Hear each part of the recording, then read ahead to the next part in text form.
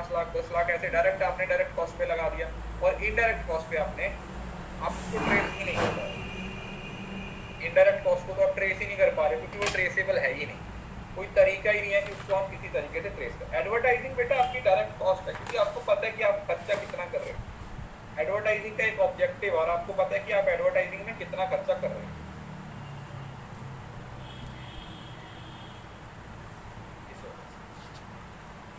ये आ गया प्रोडक्ट और पीरियड, वही आपकी जो इतना तरीका ही नहीं है कि उसको हम किसी तरीके से ट्रेस करें। एडवर्टाइजिंग बेटा आपकी डायरेक्ट कॉस्ट है क्योंकि आपको पता है कि आप खर्चा कितना कर रहे हो। एडवर्टाइजिंग का एक ऑब्जेक्टिव, और आपको पता है कि आप एडवर्टाइजिंग में कितना खर्चा कर रहे हो।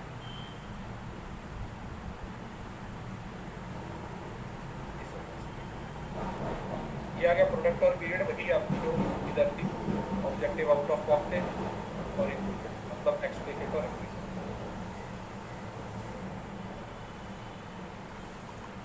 पेपर में जो सवाल पूछा जाता है वो यहाँ पे आता है।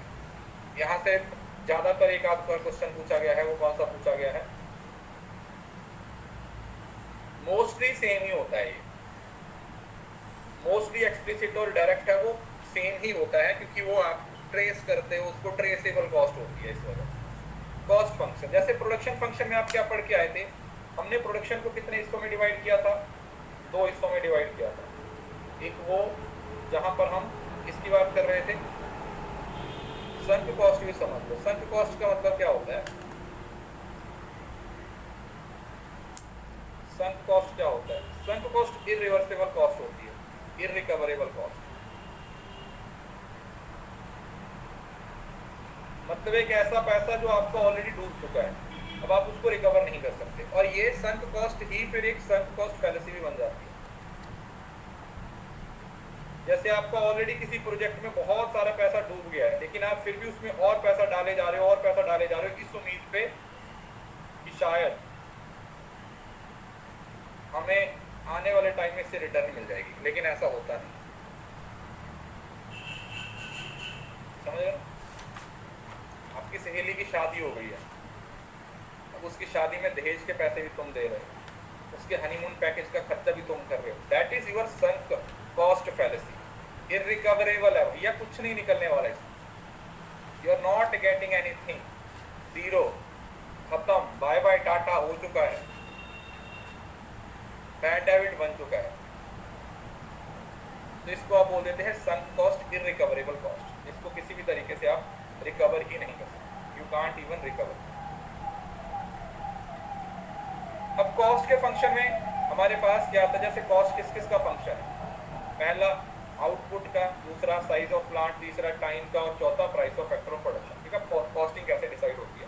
हमारे पास 2 तरीके के कॉस्ट फंक्शन होते हैं, एक शॉर्ट रन के लिए और एक लॉन्ग रन के लिए हम कंसीडर करते हैं। तो अब पेपर में जो आपको सबसे ज्यादा सवाल आता है वो कॉस्ट की शेप से आता है। तो ये टॉपिक ऐसा है, ये भी आपकी मल्टीपल रिवीजन को डिमांड करेगा, तो इस वजह से इसको मल्टीपल रिवीजन आपको देनी पड़ेगी एक एक करके। तो पहले हम शॉर्ट रन प्रोडक्शन फंक्शन के बारे में समझने की कोशिश करेंगे कि शॉर्ट रन प्रोडक्शन फंक्शन क्या होता है। टोटल कॉस्ट, एवरेज कॉस्ट, और तो पहले हम शॉर्ट रन प्रोडक्शन फंक्शन के बारे में समझने की कोशिश करेंगे कि शॉर्ट रन प्रोडक्शन फंक्शन क्या होता है, इसको डिमांड करेगा। तो इस वजह से इसको मल्टीपल रिवीजन आपको देनी पड़ेगी एक एक करके। तो पहले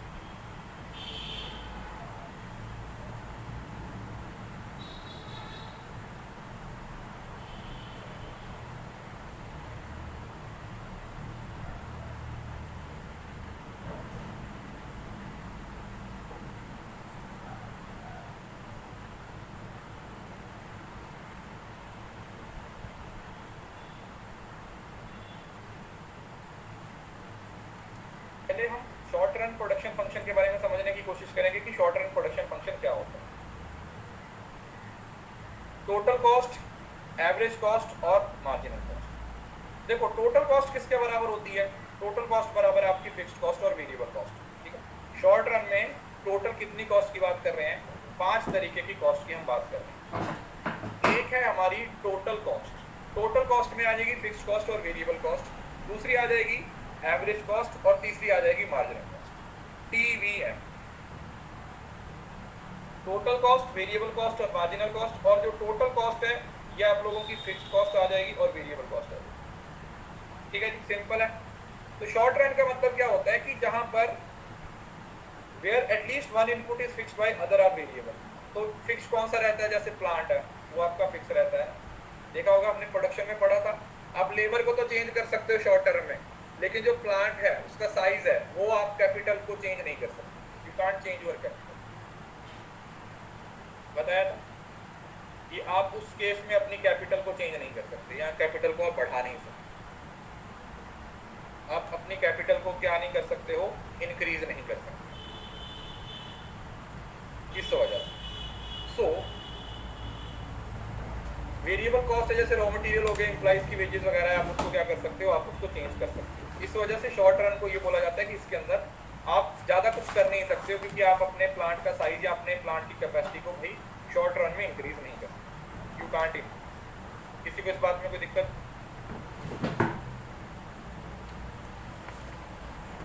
बताइए।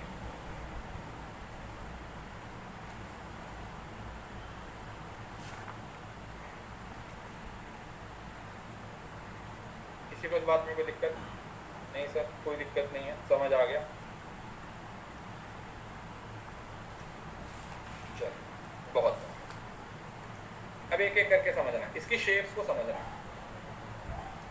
अब इसके अंदर आप लोगों को खुद से पढ़ना है, मैं आपको सिर्फ शेप समझाऊंगा, डायग्राम समझाऊंगा। ये वाली आपकी टोटल फिक्स्ड कॉस्ट है, फिक्स है, सारे एलिमेंट पे फिक्स है, फिक्स्ड है। ये वाली है टोटल वेरिएबल कॉस्ट है, और ये कौन सी है? टोटल कॉस्ट है। इसका जो गैप होगा वो कौन से किसके बराबर होगा? वो इस टोटल फिक्स्ड कॉस्ट के बराबर होगा, क्योंकि इसकी शेप यही डिसाइड कर रही है, ठीक है। टोटल वेरिएबल कॉस्ट ये रही, इसके अंदर आप अपनी फिक्स्ड कॉस्ट को ऐड कर दोगे तो हमारे पास टोटल कॉस्ट आ जाएगी। इस वजह से ये वेरिएबल कॉस्ट को देखो, वेरिएबल कॉस्ट आपकी जीरो हो सकती है, बिल्कुल हो सकती है सर। अगर आप सारा शॉर्ट लॉन्ग टर्म क्या बोलते हैं, टोटल कॉस्ट फिक्स कॉस्ट ही काम कर रहे हो, तो आपकी वेरिएबल कॉस्ट है वो जीरो हो सकती है। इस वजह से ये जीरो से शुरू हो रही है, लेकिन आपकी टोटल कॉस्ट कभी जीरो नहीं हो सकती। मिनिमम फिक्स्ड कॉस्ट को आपको हमेशा बियर करनी पड़ेगी, चाहे जीरो प्रोडक्शन हो, चाहे जीरो प्रोडक्शन हो। इस वजह से ये यहाँ से शुरू होती है। कहाँ से शुरू होती है? ये उतने पोर्शन के ऊपर से शुरू होती है। इन डायग्राम्स को बनाना है और आपने 2-3 दिन इसको लगातार रिवाइज करना है, तब जाके ये आप लोगों को लंबे समय के लिए याद हो जाएगा। इधर इधर इधर बिठा दिया आपने, यहाँ से इसको आप ऐसे खींच लो, शॉर्ट रन टोटल कॉस्ट।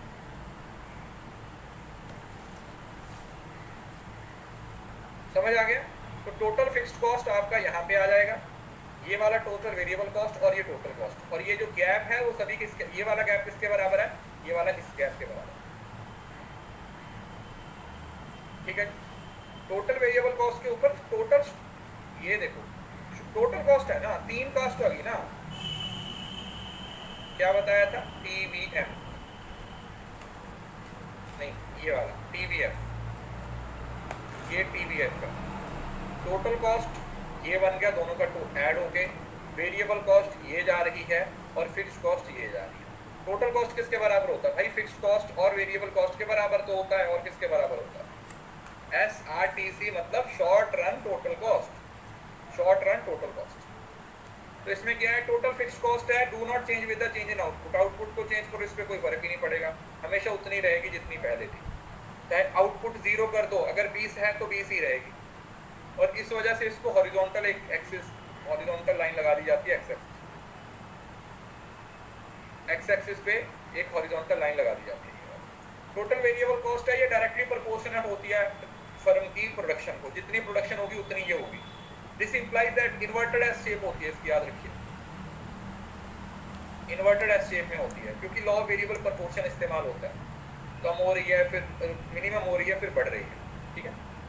तो यही होता है ना, पहले क्या हो रही है, कम है, इधर तक कम हो रही है, फिर यहाँ पे मिनिमम हो जाती है, उसके बाद बढ़ जाती है, क्योंकि मार्जिनल का प्रिंसिपल ये बोल रहा है कि आप जितने सोर्सेज को इंप्लीमेंट करते जाओगे एक पर्टिकुलर पॉइंट के बाद वो क्या हो जाएगा, वो आपकी रेंज से बाहर हो जाएगा, आप उसको कंट्रोल नहीं कर पाओगे। ठीक है जी, समझ आ गया? ये आप लोगों की शॉर्ट रन की तीनों cost. Short run average cost. Short run average cost क्या होती है सर? एवरेज कॉस्ट होती है आप टोटल कॉस्ट को क्वांटिटी के साथ डिवाइड कर देते हैं। क्या कर देते हैं? टोटल कॉस्ट को क्वांटिटी के साथ डिवाइड कर देते हैं। टोटल कॉस्ट को क्वांटिटी के साथ डिवाइड कर देते हैं। The average cost is calculated by dividing total cost by the number of units produced. तो टोटल कॉस्ट है आपकी, उसको क्वांटिटी के साथ या यूनिट्स के साथ भाग कर देते हो। Per unit cost of output है डिफरेंट लेवल ऑफ प्रोडक्शन की, अलग अलग लेवल पे। एवरेज कॉस्ट क्या होती है? पर यूनिट कॉस्ट ही तो होती है ना, एवरेज प्राइस ही तो होता है ना। एवरेज कॉस्ट क्या होती है? पर यूनिट कॉस्ट की बात करते हैं, है ना, पर यूनिट कॉस्ट की बात करते हैं। तो ये इसका फॉर्मूला आपका निकल के आ जाएगा, total fixed cost over quantity average fixed cost, और टोटल वेरिएबल कॉस्ट, और दोनों को ऐड कर दिया तो short run average cost. Simple. ये हमेशा यू शेप होती है, जो पहले वाली थी वो दोनों इन्वर्टेड एस शेप थी, याद रखिएगा, उल्टा एस बनता है इसमें, और ये हमेशा यू शेप में होती है। It decline in the beginning, reach to minimum and start to that, ऐसे यू पहले कम होगी, फिर मिनिमम पे आ जाएगी, और फिर क्या हो जाएगी, इंक्रीज होनी शुरू हो जाएगी। In the beginning the fixed cost remain the same while on the variable cost such as cost of raw material change. Later when the fixed cost get distributed among the output, the average cost begins to fall. When firm utilize its capacity to full, the average cost reach to minimum. तो normal होता है कि पहले starting में ये इस वजह से रिड्यूस हो रही है, क्योंकि सिर्फ और सिर्फ एवरेज जो फिक्स्ड कॉस्ट है वो ऑपरेट हो रही है। फिर फिक्स्ड कॉस्ट जब ऑपरेशन के लास्ट लेवल पे पहुंच जाती है, यहाँ से वेरिएबल कॉस्ट है वो ऑपरेट होना शुरू करती है। तो इस पॉइंट से वेरिएबल कॉस्ट है वो बढ़ना शुरू हो जाती है, क्योंकि फिक्स्ड कॉस्ट है बाकी सब में डिस्ट्रीब्यूट हो गई है। इस वजह से जैसे जैसे वेरिएबल कॉस्ट बढ़ेगी वैसे वैसे इसकी शेप भी क्या हो जाएगी, चेंज हो जाएगी। मतलब एक ऐसा पॉइंट है जहां पे फर्म अपनी मैक्सिमम कैपेसिटी से काम करेगा। इससे नीचे रहे तो भी आप मैक्सिमम आउटपुट नहीं कर पाओगे, इससे ऊपर रहे तो भी आप अपनी मैक्सिमम आउटपुट नहीं निकाल पाओगे। क्लियर है? समझ आ गया? This is your short run average cost. Short run average cost मतलब एवरेज एक यूनिट पे हमें कितना खर्चा करना पड़ेगा। अगर हम एक यूनिट को प्रोड्यूस करना चाहते हैं, we want to do the production of 1 unit, एक यूनिट की प्रोडक्शन पे हमें कितना खर्चा करना पड़ेगा, और ये यू शेप बनेगी। और इसका रीजन है वो भी आप लोगों को बताऊं। शॉर्ट रन मार्जिनल कॉस्ट, ये आप लोगों को पता ही है, सब एवरेज कॉस्ट को नीचे से कट करती है। ये आप लोगों ने पढ़ा होगा, उधर इक्विलिब्रियम में पढ़ा है ना, MC must cut the MR from the below. MC MR को, AC को, सबको नीचे से कटती है, और ये भी यू शेप ही होती है। आपने सिर्फ इन डायग्राम्स को याद रखना है, ठीक है, और कुछ याद करने की जरूरत नहीं है। You just need to remember the diagram. बस ये डायग्राम आपने दिमाग में रखने हैं। डायग्राम एक बार याद हो गए तो सब अपने आप याद हो जाएगा। अगर आपको डायग्राम याद हो गए तो पूरा सवाल आप लोगों को अच्छे तरीके से क्या हो जाएगा, याद हो जाएगा। Marginal cost can be defined in the total cost of firm by dividing the change in output. क्या कर रहे हो आप? अपनी जो टोटल कॉस्ट है, शॉर्ट रन टोटल कॉस्ट है, उसको चेंज कर किसके साथ भाग कर रहे हो? मतलब एक यूनिट की कॉस्ट है ना, यही हुआ मार्जिनल कॉस्ट का मतलब। एक एडिशनल यूनिट से हमारी प्रोडक्शन पे कितना असर होगा। तो ये आप लोगों का क्या हो जाएगा, short run marginal cost equal to short run total cost divided by quantity, quantity में चेंज करनी। सो अगर आप इसको भी देखते हो तो इसमें भी वही डिमिनिशिंग मार्जिनल यूटिलिटी वाला प्रिंसिपल अप्लाई होता है। Short run marginal cost is graph on slope of short run total cost and depicts the rate of change in total cost as output change. अब ये जो मार्जिनल कॉस्ट है, इसमें क्या हो रहा है, देखो पहले ये कम होती है ना। क्यों कम क्यों होती है? क्योंकि जब हम स्टार्टिंग में, और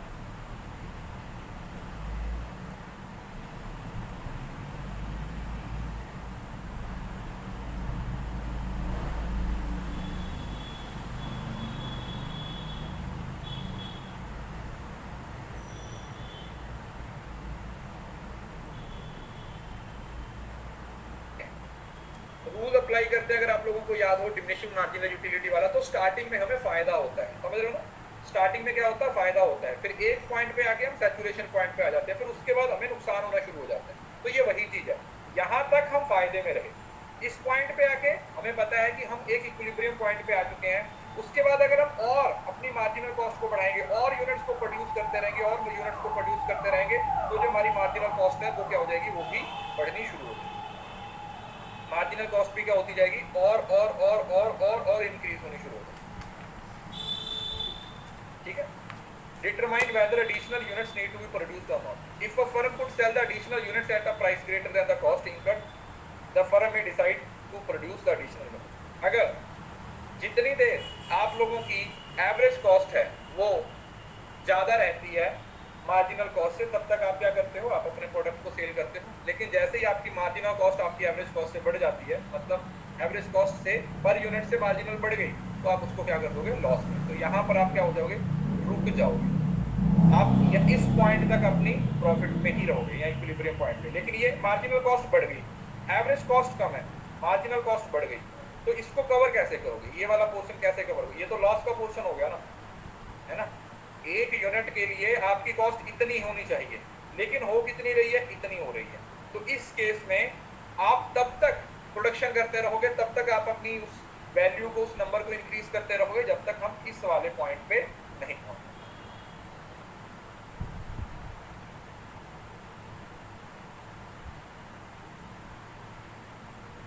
क्लियर है सर? क्यों लॉस हुआ? लॉस इसी वजह से होगा ना, डिमिनिशिंग मार्जिनल यूटिलिटी में पढ़ा था ना, माइनस में चली जाती है वो बार बार, और एक यूनिट और एक यूनिट, तो एक पर्टिकुलर लिमिट तक ही लगा सकते हो। ऐसे तो फिर हर बंदा ज्यादा से ज्यादा यूनिट्स को लगाएगा और ज्यादा से ज्यादा प्रॉफिट निकालेगा। लेकिन एक स्टैंडर्ड निकालना पड़ेगा कि यहाँ तक यूज करेंगे तो ठीक है, लेकिन अगर और यूनिट्स को लगाएंगे तो फिर उनका खर्चा भी है, और भी अगर आप पहले 10 लोगों का खर्चा दे रहे थे, आपने 40 लोगों को बुला, तो 40 लोगों की सैलरी भी देनी पड़ेगी, है ना, 40 लोगों के इंसेंटिव भी देने पड़ेंगे, 40 लोगों का और भी खर्चा होगा। तो खर्चा बढ़ रहा है, यहाँ तक आपके कंट्रोल में था खर्चा, लेकिन इसके बाद जैसे ही आपका खर्चा जो बढ़ने लगता है, तो फिर वो आपका एसी से इंक्रीज हो जाता है मार्जिनल कॉस्ट। समझ आ गया? क्लियर है? तो ये आपकी चारों शॉर्ट रन कॉस्ट की बात हो रही है। अगर आप मोटा मोटा सा देखो, मतलब जितना मैं रिकॉल कर पा रहा हूं, ये मेरी कौन सी है, fixed cost, this is my total variable cost, and this is my total cost. जो टोटल कॉस्ट है वो इन दोनों को ऐड करके आ रही है, टोटल फिक्स्ड कॉस्ट। ये हो गया। देन ये आप लोगों की कौन सी है, एवरेज कॉस्ट, और ये कौन सी आपकी मार्जिनल कॉस्ट।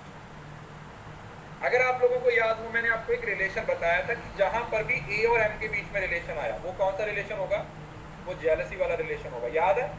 प्रोडक्शन में समझाया था, एपी और एमपी के बीच में रिलेशन बताया था, एवरेज प्रोडक्शन और मार्जिनल प्रोडक्शन के बीच में रिलेशन था। सेम टू सेम वही है। आपने ये याद रखना है कि जो ए और एम के बीच में रिलेशन है वो जेलसी वाला है, फिर चाहे वो एवरेज रेवेन्यू और मार्जिनल रेवेन्यू हो, एवरेज प्रोडक्शन और मार्जिनल प्रोडक्शन हो, चाहे वो एवरेज कॉस्ट और मार्जिनल कॉस्ट हो, हर जगह पर वही रूल अप्लाई होगा, हर जगह पर वही रूल अप्लाई होगा। कैसे?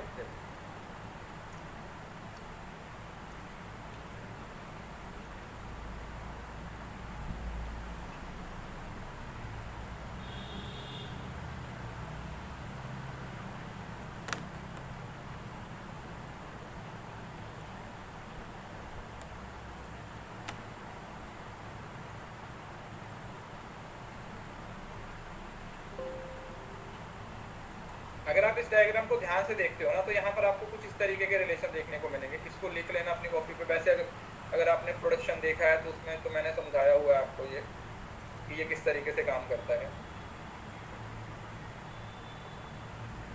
देखो, आपने शुरू कहाँ से करना है, आपने एसी को पकड़ना है। जब एसी कम हो रहा है तो एसी एमसी से ज्यादा है। जब एसी कम हो रहा है, देख रहे हो, एसी नीचे की तरफ आ रहा है तो एसी एमसी से ज्यादा है। जब एसी कम हो रहा है तो एसी एमसी से ज्यादा है। When AC is rising तो MC AC से ज्यादा हो जाएगा। जब AC बढ़ने लगा, ये देखो, जब AC बढ़ने लगा तो ये इंक्रीज हुआ तो MC AC से क्या हो गया, बढ़ गया। ठीक है जी, मतलब AC बढ़ रहा है लेकिन इतना नहीं बढ़ रहा कि MC को क्रॉस कर पाए, और AC कम हो रहा है लेकिन इतना नहीं कि MC से कम हो जाए। पहले पॉइंट ये है। दूसरा, इक्विलिब्रियम पॉइंट पे आके, ये वाले पॉइंट पे आके क्या हो गया आपका, AC इक्वल टू MC हो गया, इक्विलिब्रियम पॉइंट हो गया। Next, MC is always to the left of AC and cuts the AC from the lowest point। AC हमेशा, सॉरी MC हमेशा AC के लेफ्ट पे रहेगी, राइट, ये देख रहे हो ना, MC AC के हमेशा लेफ्ट पे रहेगी और इसको नीचे वाले पॉइंट से काटेगी। और एक पॉइंट जो यहाँ पर नहीं है, दोनों में से लोएस्ट पॉइंट सबसे पहले किसका आएगा, AC का या MC का? MC। लोएस्ट पॉइंट पहले किसका नजर आ रहा है आपको इस डायग्राम में? सबसे नीचे का पॉइंट आपको पहले किसका नजर आ रहा है, AC का या MC का?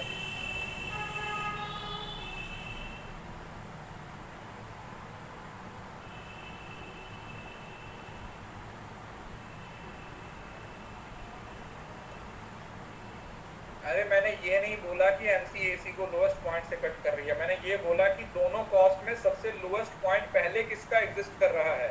अरे MC का कर रहा है बेटा, ये देखो, इसका लोएस्ट पॉइंट ये है, इसका लोएस्ट पॉइंट ये है, समझ रहे हो ना। मैंने ये नहीं पूछा कि इसको लोएस्ट, मैंने ये पूछा कि दोनों कॉस्ट में सबसे पहले लोएस्ट पॉइंट किसका आ रहा है, तो सबसे पहले लोएस्ट पॉइंट किसका आएगा, क्लियर है? किसी को इस बात में कोई दिक्कत? उम्मीद करता हूँ ये समझ आ गया,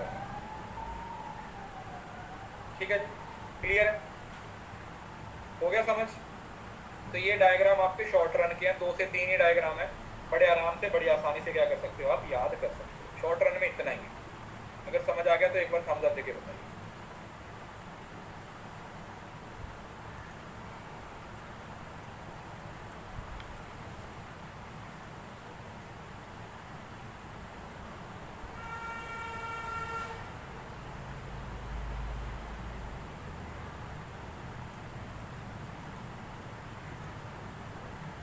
बोल लो ना, शर्मा काहे को रहे।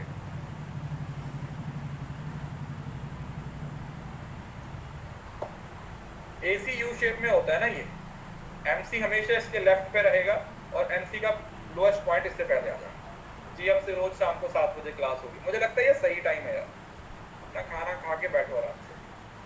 सर हिंदी PDF मिलता तो और मजा आ जाता।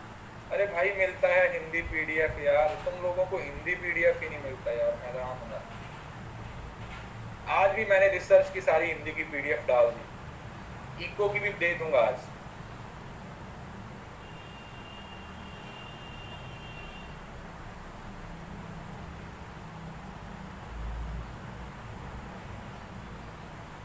ये आप लोगों का माध्यम है।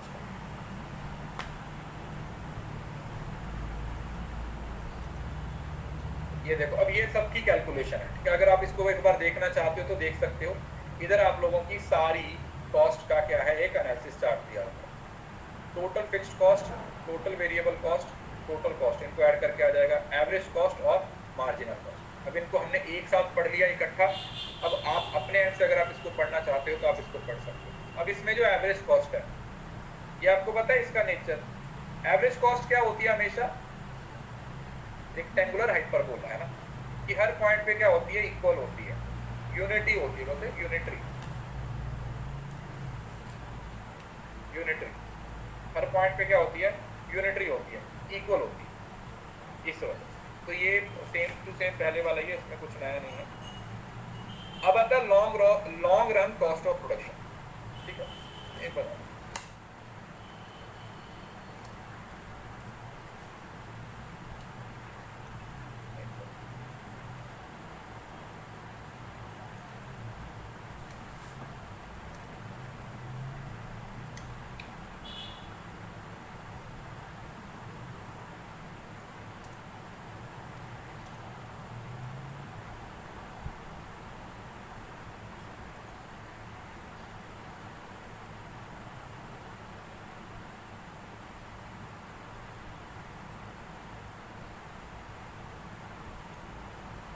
ये बताओ, एवरेज कॉस्ट हर पॉइंट पे इक्वल क्यों होती है, बताना। एवरेज कॉस्ट हर पॉइंट पे इक्वल क्यों होती है,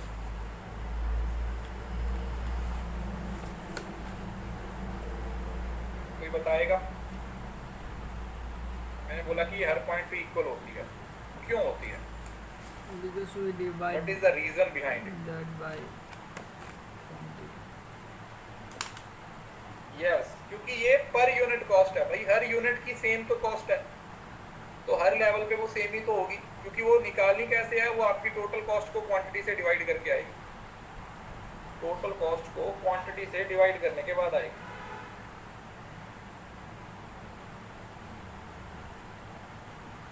इस वजह से अब आता है long run cost of production. Long run cost of production का मतलब क्या है? Long run cost of production, अब इसमें क्या होता है, सारे फैक्टर्स ऑफ प्रोडक्शन क्या हो जाते हैं हमारे, वेरिएबल हो जाते हैं। Long run refers a time period in which all factors of production are variable, जहां पर ये बोल देते हैं कि सारे फैक्टर ऑफ प्रोडक्शन क्या हो गए हमारे, वेरिएबल हो गए। All the factors of production are variable, सारे फैक्टर ऑफ प्रोडक्शन क्या हो गए हमारे, variables. Long run are incurred by the firm when production level changes over the time. अब यहाँ पर आप लेवल्स को भी चेंज कर सकते हो, but you can do, you can change the levels, आप लेवल्स को भी चेंज कर देते हो, ठीक है। लेवल्स भी क्या हो जाता है, चेंज हो जाता है, स्केल भी आपका चेंज हो जाता है। In the long run the factor of production may be utilized in changing proportion to produce a high level of output. Long run में हम फैक्टर ऑफ प्रोडक्शन को चेंज करते रहते हैं ताकि हम अपने आउटपुट का लेवल है उसको बढ़ा पाए, क्योंकि आउटपुट के लेवल को बढ़ाना शॉर्ट रन में पॉसिबल नहीं होता। It is not possible to change the level in the short run, तो लेवल हमेशा लॉन्ग रन में ही चेंज होता है। In such a case the firm may not only hire worker but also expand its plant size. इस वजह से long run में जहां पर आप बहुत सारी लेबर को लेके आते हो, वहां पर ही आप अपने प्लांट के साइज को भी इंक्रीज करते हो, क्योंकि आप लंबे समय के लिए बात करें, 2-4 साल के अंदर तो आप चेंज करते हो, तो आप प्लांट के साइज को भी चेंज करते हो।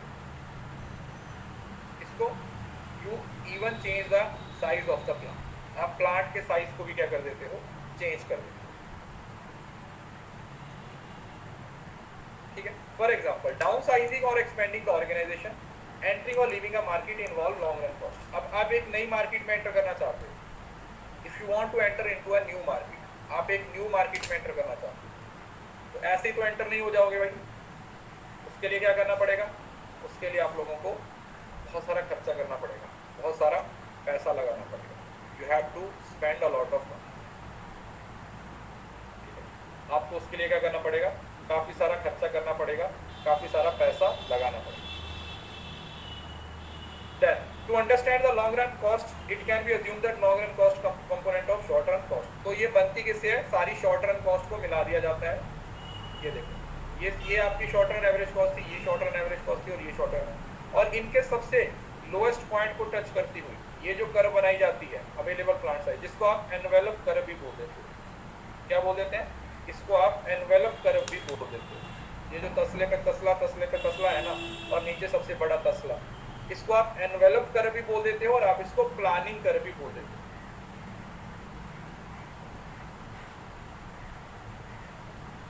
कौन सी कर्व, प्लानिंग कर्व भी बोल दिया जाता है, प्लानिंग कर्व भी बोल देते हैं। अब शॉर्ट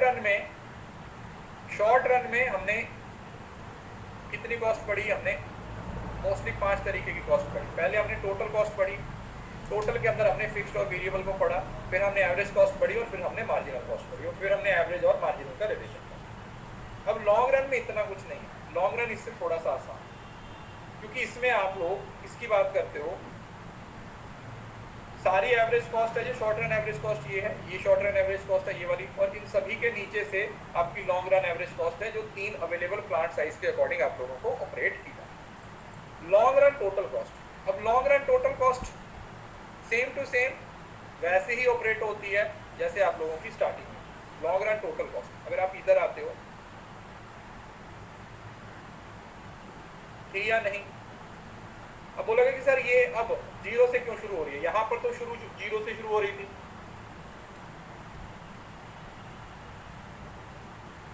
यहां पर ये टोटल कॉस्ट है वो यहां से शुरू हो रही है, लेकिन यहां पर ये 0 से क्यों शुरू हो रही है, क्या रीजन है, यहां पर ये 0 से क्यों शुरू हो रही है, क्योंकि यहां पर फिक्स्ड कॉस्ट है ही नहीं, there is no existence of fixed cost, सारे फैक्टर्स ऑफ प्रोडक्शन वेरिएबल होंगे, all factors of production are variable,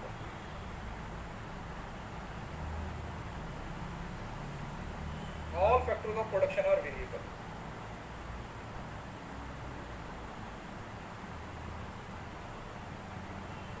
सारे फैक्टर ऑफ प्रोडक्शन क्या हो गए हमारे वेरिएबल हो गए,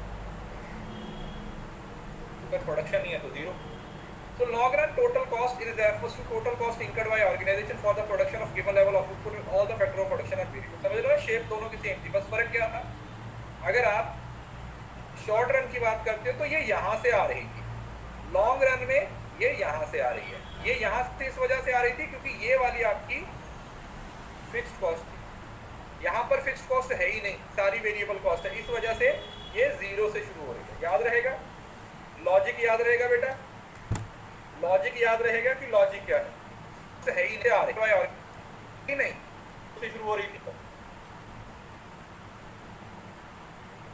थी या नहीं. वैसे ही एवरेज कॉस्ट है जो 3 अवेलेबल प्लांट साइज के अकॉर्डिंग आप लोगों को ऑपरेट किया. Long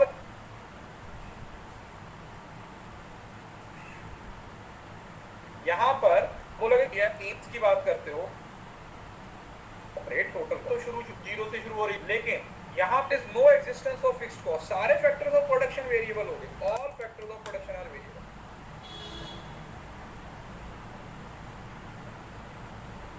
all factors of production are variable.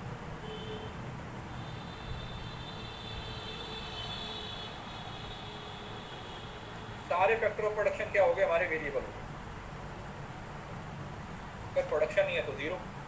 So long run total cost is equals to total cost incurred by organization for the production of given level of output and all the factor of production are variable. समझ रहे हो, shape दोनों की same थी, बस फर्क क्या था, अगर आप शॉर्ट रन की बात करते हो तो ये यहाँ से आ रही थी, लॉन्ग रन में ये यहाँ से आ रही है, ये यहाँ से इस वजह से आ रही थी क्योंकि ये वाली आपकी फिक्स्ड कॉस्ट थी, यहाँ पर फिक्स्ड कॉस्ट है ही नहीं, सारी वेरिएबल कॉस्ट है, इस वजह से ये जीरो से शुरू हो रही है. याद रहेगा, लॉजिक याद रहेगा बेटा, लॉजिक याद रहेगा कि लॉजिक क्या है.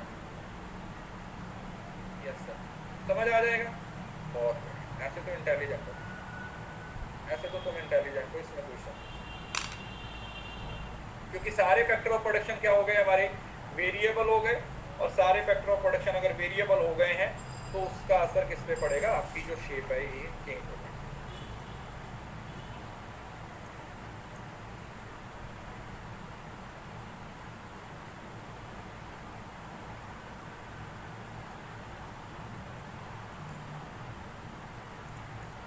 ये होगी आपकी, in other words long run total cost is per unit cost incurred by the firm when it expands the scale of operation. The shape of long run is also as much similar to short run cost curve. For relatively small quantities, the slope begins to flatten. The largest quantity, the slope may turn around and become steeper. ठीक है, तो ये इसमें कुछ खास नहीं है, ये सिर्फ आपने शेप याद रखनी है, इसकी शक्ल याद रखनी है. अब आती है long run average cost.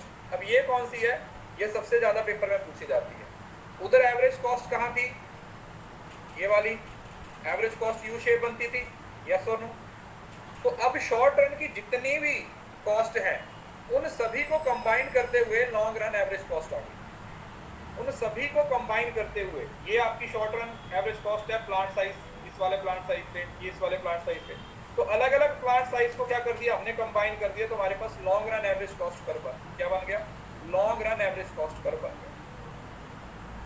Long run average cost refers to per unit incurred by a firm in the production of desired level output when all the variables are equal. क्योंकि लॉन्ग रन एवरेज कॉस्ट है तो average का मतलब per unit cost होगी. In other word long run average cost is depict the minimum average cost at which firm can produce any given level, मतलब कि minimum कितना खर्चा आप कर सकते हो. जो लॉन्ग रन एवरेज कॉस्ट है उसको कैसे निकाला जा सकता है, सारी शॉर्ट रन एवरेज कॉस्ट का सहारा लेके. कैसे निकाला जा सकता है, सारी शॉर्ट रन एवरेज कॉस्ट का सहारा लेके हम उसको निकाल सकते हैं, सारी शॉर्ट रन एवरेज कॉस्ट का सहारा लेके हम उसको क्या कर सकते हैं, निकाल सकते हैं. तो अगर ये सब इसके, तो अगर मतलब इन सभी को कंबाइन किया है तो शेप भी तो इसके जैसी ही बन जाएगी ना, शेप भी कौन सी बन जाएगी, यू शेप भी बन जाएगी, यस और नो, अरे बोलो, शेप भी तो ये क्या बन जाएगी, यू साइज ही बन जाएगी ना, क्योंकि अलग अलग प्लांट साइज है तो हम कंबाइन कर रहे हैं अलग अलग प्लांट साइज को, तो शेप क्या बन जाएगी, यू शेप बन जाएगी। The negative slope of long run average cost depict economies of scale and increasing returns to scale. अब ये रिड्यूस हो रहा है, इसका रीजन क्या है? जब नीचे आ रहा है, इधर आ रहा है, यहाँ तक रिड्यूस हो रही है कॉस्ट यहाँ से लेके यहाँ तक आ रही है। ये क्यों हो रहा है? क्योंकि यहाँ पर आप इकोनॉमीज ऑफ स्केल की बात कर रहे हो। अब इकोनॉमीज ऑफ स्केल पढ़ाऊंगा क्या होता है। इस पॉइंट पे आपके पास इकोनॉमीज ऑफ स्केल है और दूसरा साथ में क्या है, इंक्रीजिंग रिटर्न्स ऑफ स्केल है। स्टार्टिंग वाली stage increasing returns of scale है। लेकिन वहीं पर अगर आप ऊपर की तरफ जाते हो, कॉस्ट बढ़नी शुरू होगी, तो ये क्या हो जाएगा, इस इकोनॉमीज ऑफ स्केल हो जाएगा। और ये इंक्रीजिंग रिटर्न था तो ये क्या बन जाएगा, डिक्रीजिंग रिटर्न्स टू स्केल हो जाएगा। किसी को इस बात में कोई दिक्कत समझ आया? रिप्रेजेंटेशन समझ आई? पहले इंक्रीजिंग रिटर्न्स टू स्केल है जो आप प्रोडक्शन में पढ़ रहे थे, तो वही चीज है इकोनॉमीज ऑफ स्केल और इंक्रीजिंग रिटर्न्स टू स्केल। तो इसी वजह से कॉस्ट कम हो रही है, क्योंकि यहाँ पर आपको प्रोडक्शन का भी फायदा हो रहा है और इकोनॉमीज ऑफ स्केल का भी फायदा हो रहा है।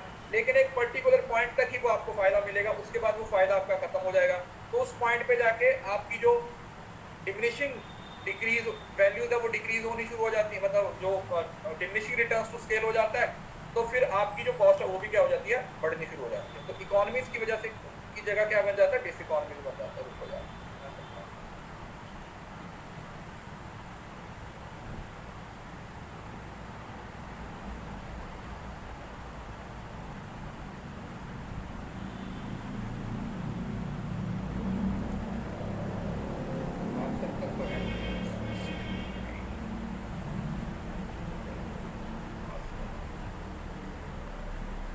तो कुछ इस तरीके की आपकी शेप बन रही है long run average cost curve,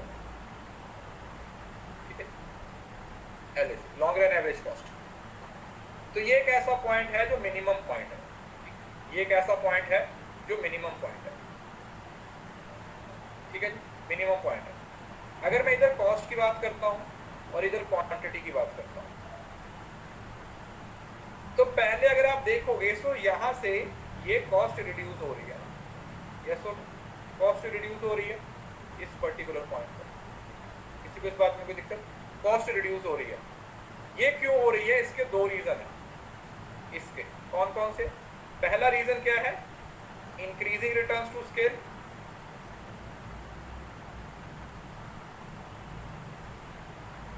क्योंकि पहले स्टेज में हम प्रोडक्शन को बढ़ा रहे होते हैं तो सब कुछ बढ़ रहा होता है। दूसरा economies of scale, economies of scale, ये वाला आपका इक्विलिब्रियम पॉइंट है, सैचुरेशन पॉइंट है।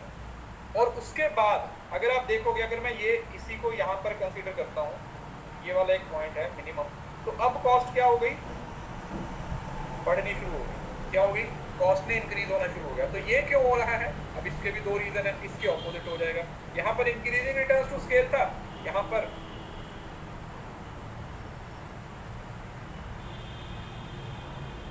डिक्रीजिंग रिटर्न्स टू स्केल हो जाएगा।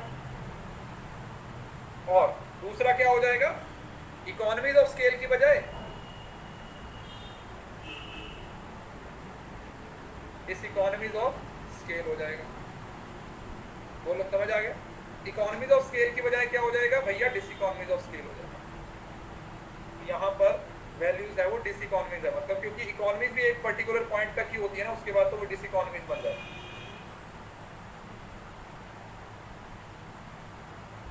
Clear? Is it clear to everyone? अरे बोलो भैया, समझ आ गया?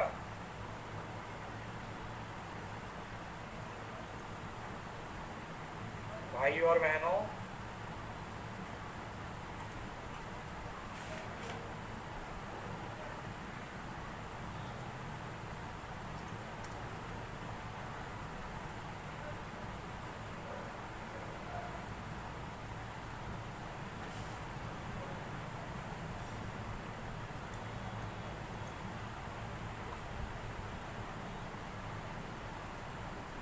पहले मैं आपको बताता हूं, इस बार सवाल भी आया था, ध्यान से समझना, इसको लिख लो अपनी कॉपी पे।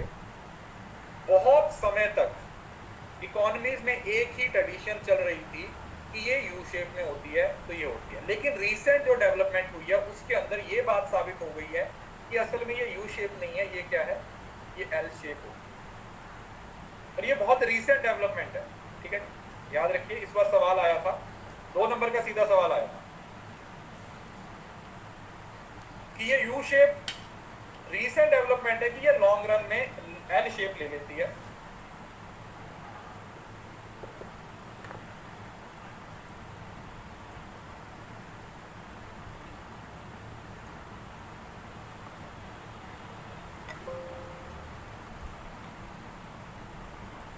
फोटो को ध्यान से देखो।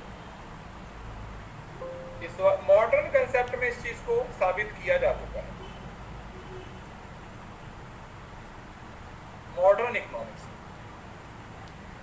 देखो, the long run average cost curve is derived from short run average cost curve. पहला पॉइंट ये क्लियर है कि जितनी भी सारी शॉर्ट रन हमारी कॉस्ट कर्व है वो सारी की सारी मिलके क्या बन जाती है, long run average cost curve बन जाती है। ठीक है, बिल्कुल बन जाती है। It is a locus of points denoting the least cost curve of producing the corresponding output। कि वो उस पर्टिकुलर आउटपुट पे इस अगर इतना आउटपुट चाहिए तो इतनी कॉस्ट रखोगे, इतना आउटपुट चाहिए तो इतनी कॉस्ट है। ठीक है, तो मिनिमम पॉइंट ये आपको बताता है। द लॉन्ग रन कर्व को इसको प्लांट कर भी बोलते हैं, बोर्ड शेप कर भी बोलते हैं, प्लानिंग कर भी बोलते हैं और एनवेलप कर भी बोल देते हैं। ठीक है, ये इसका अलग अलग नाम है। तो 4 नाम हो गए, कौन सा, plant curve, board shape curve, planning curve और एनवेलप कर्व और लॉन्ग रन एवरेज कॉस्ट। ठीक है जी, तो टोटल 5 नाम हो गए। अ सिग्निफिकेंट रीसेंट डेवलपमेंट, देख रहे हो, a significant recent development in the cost theory is that long run average cost curve is L shape rather than U shape। कि जो L shape है, the L shape of long run average cost curve imply that in the beginning when output is expanded through increase in plant size and association, the cost of product fall rapidly due to economies of scale। कि ये इस hierarchy में नहीं चलती, ये starting में economies of scale इतनी powerful हो जाती है कि ये बहुत रैपिडली क्या हो जाती है, रिड्यूस हो जाती है। देख रहे हो, इकोनॉमीज ऑफ स्केल की वजह से ये रैपिडली नीचे गिरती है, इकोनॉमीज ऑफ स्केल की वजह से। और फिर ये अपना एक मिनिमम एफिशिएंसी स्केल पे क्या होती है, चलती रहती है इकोनॉमीज ऑफ स्केल एग्जॉस्ट खत्म होने के बाद। कि ये ऊपर नहीं आती, जिस इकोनॉमी से नहीं जाती, तो ये इधर ऐसे ही क्या करती रहती है। किसी को इस बात में कोई दिक्कत?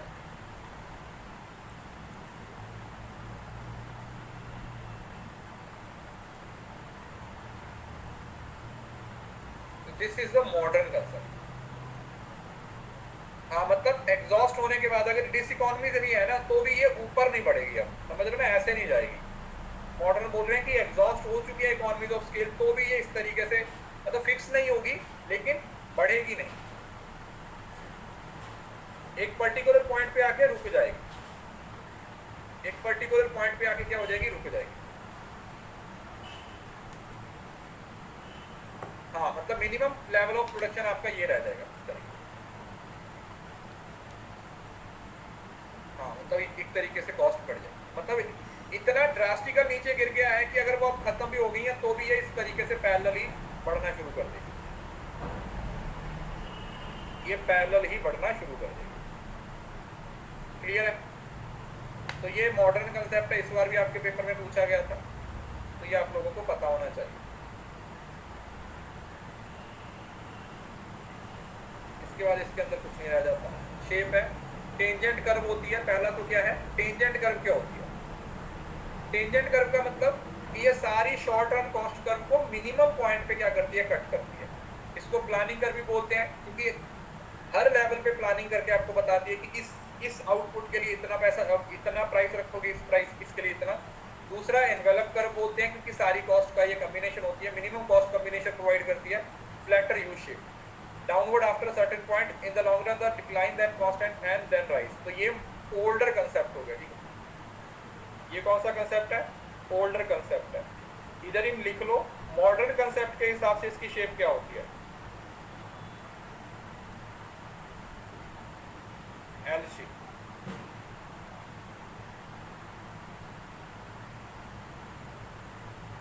मॉडर्न कंसेप्ट के हिसाब से इसकी जो शेप होती है वो क्या बन जाती है, एल शेप बन जाती है।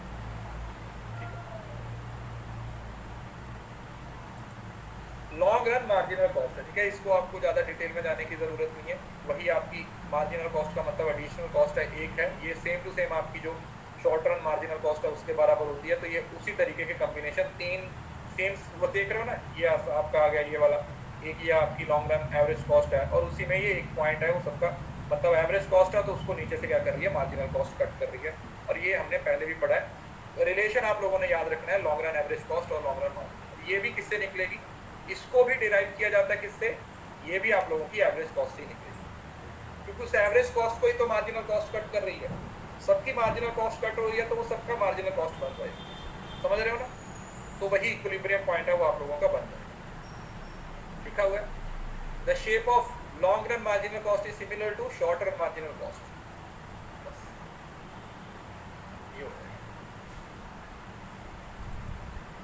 ये आ गया आप लोगों का मार्जिनल कॉस्ट और एवरेज कॉस्ट। ये पढ़ लिया था आप लोगों ने, पीछे भी पढ़ाया थोड़ी देर पहले कि एवरेज और मार्जिनल के बीच में रिलेशन क्या होता है, फिर वो एवरेज प्रोडक्शन हो, एवरेज कॉस्ट हो, average revenue, same to same वही है।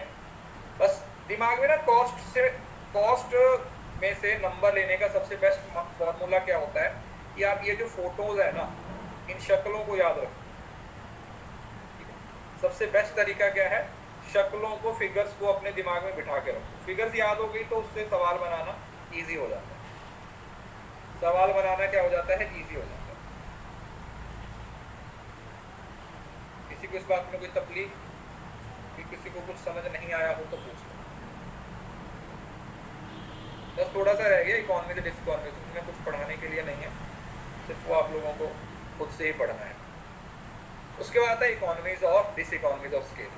अब मैं इसको पढ़ाऊंगा नहीं, होमवर्क में दूंगा, सिर्फ मैं आपको ओवरव्यू दे देता हूँ कि असल में होता है क्या। देखो इकोनॉमीज का मतलब क्या होता है, एडवांटेज है ना। इंटरनल का मतलब है जो आपके अपने एडवांटेज, आपके पास लेबर अच्छी है, आपके पास टेक्नोलॉजी अच्छी है, समझ रहे हो ना, आपकी एफिशिएंसी ज्यादा है, तो आपकी इंटरनल इकोनॉमी, समझ रहे हो ना, जितना अच्छी आपकी लेबर है, जितनी अच्छी एफिशिएंसी है, उससे आप उतनी कॉस्ट को रिड्यूस कर सकते हैं। इकोनॉमीज आपको कॉस्ट को रिड्यूस करने में हेल्प करती हैं। लेकिन जब ये एक्सटर्नल और ये डिसइकोनॉमीज बन जाती है तो वो ऑपोजिट हो जाती है। डिसइकोनॉमीज का मतलब होता है लॉस, मतलब आप हमेशा तो इकोनॉमीज का फायदा नहीं ले सकते, एक पर्टिकुलर पॉइंट तक आप इकोनॉमीज का फायदा ले सकते हो, उसके बाद फिर ये इकोनॉमीज किस में कन्वर्ट हो जाती है, डिसइकोनॉमीज। एक पर्टिकुलर पॉइंट के बाद ये सारी इकोनॉमीज ऑफ स्केल किस में चेंज हो जाती हैं, डिसइकोनॉमीज में चेंज हो जाती है, समझ रहे हो ना। सो अगर आप इसके पॉइंट्स को पढ़ोगे तो बिल्कुल बेसिक है। इंटरनल इकोनॉमीज ऑफ स्केल का मतलब वो हो गई जो सिर्फ आपकी है, जो फर्म के अपने फायदे हैं, समझ रहे हो ना। आपकी लेबर अच्छी है, आपकी एफिशिएंसी अच्छी है, आप अच्छा रॉ मटेरियल यूज कर रहे हो, आपका मैनेजमेंट अच्छा है, तो ये आपकी सब किसको लीड करेंगी, all these are economies of internal management. Internal है तो ये सिर्फ फर्म के लिए होगी, ठीक है, सिर्फ फर्म के लिए होगी और किसी के लिए नहीं होगी। अगर तुम्हारी एफिशिएंसी अच्छी है तो उसका फायदा तुम्हें ही होगा ना, किसी और को तो नहीं होगा। अगर फर्म की एफिशिएंसी अच्छी है तो उसका फायदा सिर्फ फर्म को ही होगा ना, किसी और XYZ बंदे को तो नहीं होगा, मुझे तुम्हें को नहीं होगा। बोलो, उसका फायदा और किसी को होगा, बोलो बोलो। तो नहीं होगा इस वजह से। और एक्सटर्नल का मतलब है जो पूरी मार्केट के लिए है, अच्छा ट्रांसपोर्टेशन सिस्टम है, मार्केट में अच्छी ट्रेनिंग मिल रही है, अदर इंडस्ट्रीज है वो आपको सपोर्ट कर रही है, तो ये सबको ही कर रही है, समझ रहे हो ना। एक्सटर्नल का मतलब ये सबको ही है, एक अच्छा ट्रांसपोर्टेशन, अब सड़क बनी हुई है, अच्छी सड़क बनी हुई है, अब ऐसा तो नहीं है कि उसको सिर्फ तुम ही इस्तेमाल करोगे, उसको तो कोई भी इस्तेमाल कर सकता है उस सड़क को, तो बोलो उस सड़क को तो कोई भी बंदा इस्तेमाल कर सकता है ना। तो उस सड़क का इस्तेमाल कौन कैसे करेगा वो उस बंदे पे डिपेंड करता है। तो इंटरनल इकोनॉमीज ऑफ स्केल और एक्सटर्नल इकोनॉमीज ऑफ स्केल में यही फर्क है। अब इंटरनल इकोनॉमीज ऑफ स्केल और एक्सटर्नल में क्या डिफरेंस है, देखो। Internal economies of scale are those that arise on the account of increase in the size of production and plant size. पहले क्या करते हो, आप अपने प्रोडक्शन को इंक्रीज करते हो, प्लांट साइज को इंक्रीज करते हो, तो इंटरनल होती है। और पर्टिकुलर आउटसाइड से जब आपको वही एडवांटेज मिलते हैं तो आपकी एक्सटर्नल इकोनॉमीज ऑफ स्केल हो जाती है। समझ आया, क्लियर है। देन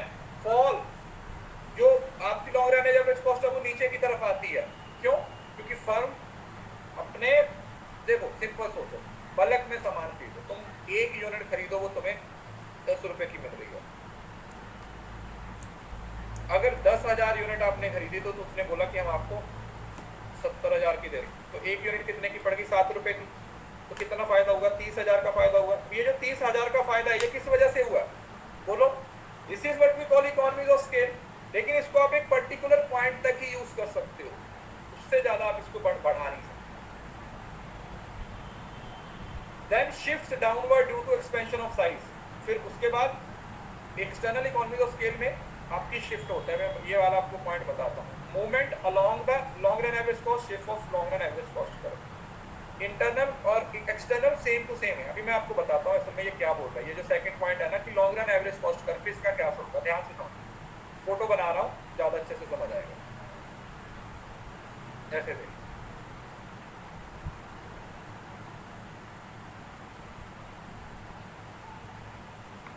आप ऐसा समझो।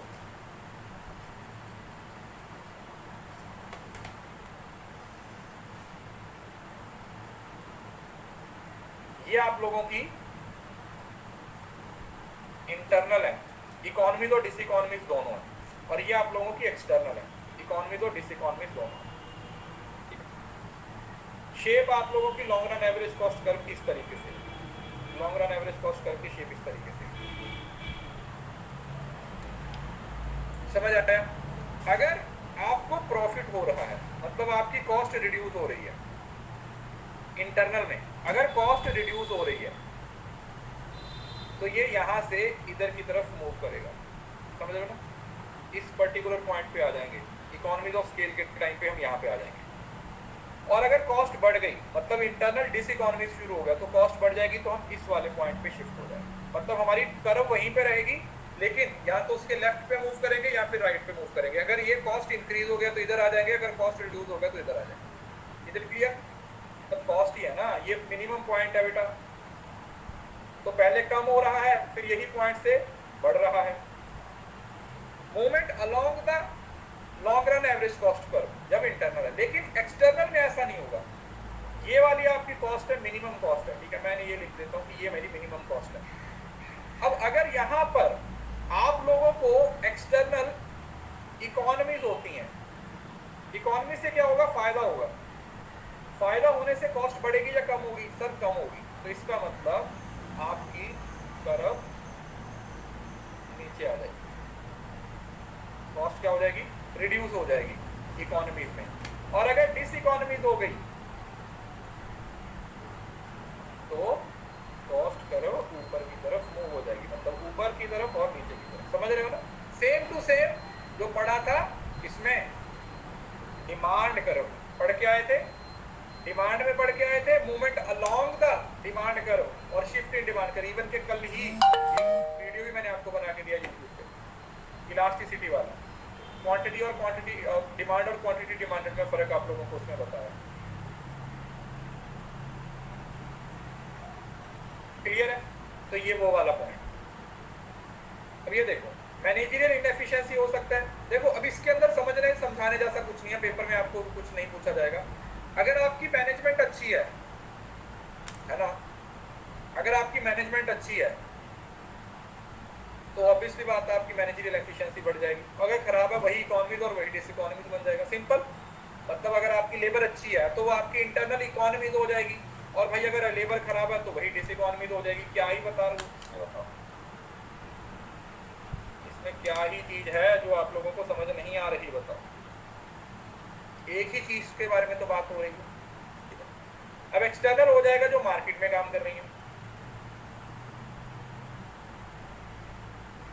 इकोनॉमीज ऑफ स्कोप, अब ये एक नया टॉपिक है, इकोनॉमीज ऑफ स्कोप। ये शायद आप लोगों ने पहली बार पढ़ा होगा। अब इकोनॉमीज ऑफ स्केल का मतलब क्या होता है? जब आप बल्क में प्रोडक्शन करते हो। लेकिन इकोनॉमीज ऑफ स्केल में आप लोगों ने याद रखना है जब आप सेम प्रोडक्शन के मटेरियल से वैरायटी ऑफ प्रोडक्ट बना लो, एक से ज्यादा प्रोडक्ट बनाते हो, सेम कॉस्ट ऑफ प्रोडक्शन, जो आपके सोर्सेज हैं, जो प्रोडक्शन के सोर्सेज हैं, आप एक ही प्रोडक्शन का सोर्स यूज कर रहे हो, लेकिन अब आप वैरायटी में एंटर कर रहे हो। तो इकोनॉमीज ऑफ स्कोप का मतलब एक वर्ड आप लोगों ने याद रखना है, वैरायटी।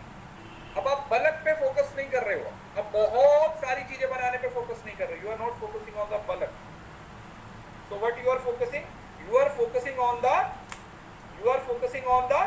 वैरायटी, कि वही रॉ मटेरियल से मैं एक प्रोडक्ट बना रहा था पहले, अब उसी रॉ मटेरियल से मैं 2 प्रोडक्ट बनाऊंगा, या उसी रॉ मटेरियल से मैं अब 4 प्रोडक्ट बनाऊंगा। That is what we call economies of scope. उसको क्या नाम दिया गया है? Economies of scope. बस इसका चार्ट पढ़ना है और इसमें कुछ नहीं पढ़ना। इकोनॉमीज ऑफ स्केल और इकोनॉमीज ऑफ स्कोप क्या है, ध्यान से सुनो।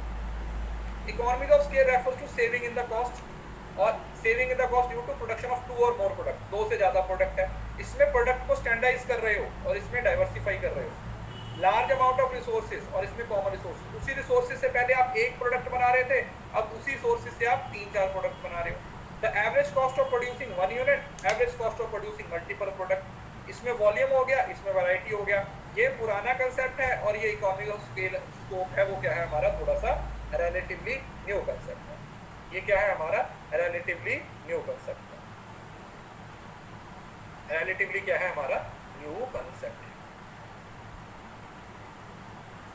उसके बाद ये आपका होमवर्क है, क्योंकि आपको एवरेज टोटल में मैंने डिफरेंस बहुत बता दिया। सेम टू बस वर्ड चेंज हो गया रेवेन्यू, बाकी टोटल एवरेज और मार्जिनल का रिलेशन आप लोगों को पता ही है, ठीक है। एक बार गो थ्रू होना हुआ तो हो लीजिए। और ये कुछ चार्ट्स वगैरह हैं, पेपर के पॉइंट ऑफ व्यू से इंपॉर्टेंट नहीं है, लेकिन आपकी नॉलेज के लिए ये काफ़ी ज़्यादा। इसके साथ साथ आपका इकोनॉमिक्स का ये वह पूरा टॉपिक है वो खत्म हो जाएगा। अच्छे से कोर्स को एक बार खत्म कर लो। इको के नंबर आपके कहीं नहीं गए, इको के नंबर आपके कहीं नहीं गए।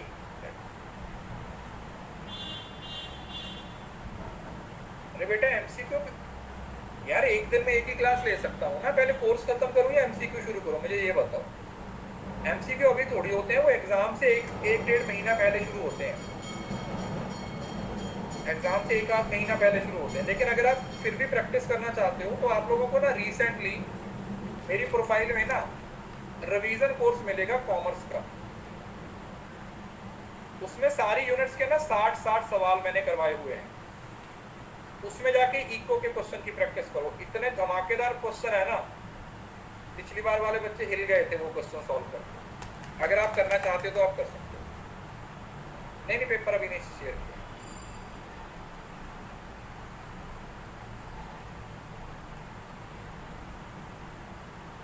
बहुत अच्छे सवाल हैं उसमें लगभग।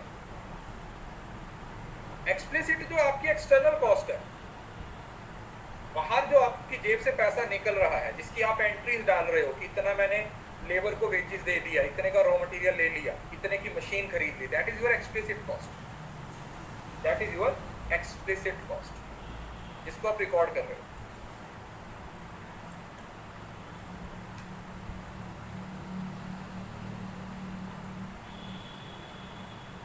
ये वीक रुक जाइए, बस 15 तक रुक जाओ, 15 अगस्त तक रुक जाओ। पेंडिंग चीज़ों को ख़त्म कर लें एक बार, ठीक है। कुछ जो पेंडिंग चीज़ें हैं ना, स्टैट का कुछ पेंडिंग पोर्शन है, मार्केटिंग का कुछ है, वो एक बार ख़त्म कर लें। उसके बाद 15 अगस्त से आपको PYQ भी मैं प्रोवाइड करना शुरू कर दूंगा। प्रैक्टिस क्वेश्चन भी आप उनकी प्रैक्टिस भी करना शुरू कर दो, और आपको एक तरीका भी सिखा दूंगा कि इसका एनालिसिस कैसे करना है, कि इनका एनालिसिस कैसे करना है, वो भी आप लोगों को सिखा दूंगा। I will teach. थोड़ा सा रुक जाइए, 4 यूनिट्स हो जाने दो एक बार। इको हो गया, स्टैट हो जाएगा, मार्केटिंग हो जाएगा और BM हो जाएगा। तो ये 4 यूनिट्स हो जाएंगी अपने आराम से बढ़िया तरीके से। डंपिंग का मतलब कुछ नहीं होता। डंपिंग का मतलब होता है जब आप अपने देश में किसी प्रोडक्ट को महंगा बेच रहे होते हो और दूसरे देश में जाके उसको सस्ता बेचते हो। बेटा 8 अगस्त हो चुका है, 8 अगस्त पे आ चुके हो, जुलाई निकल गया, सितंबर का 25%, अगस्त का 25% पोर्शन गया। इसके बाद सितंबर, फिर अक्टूबर, फिर नवंबर और दिसंबर।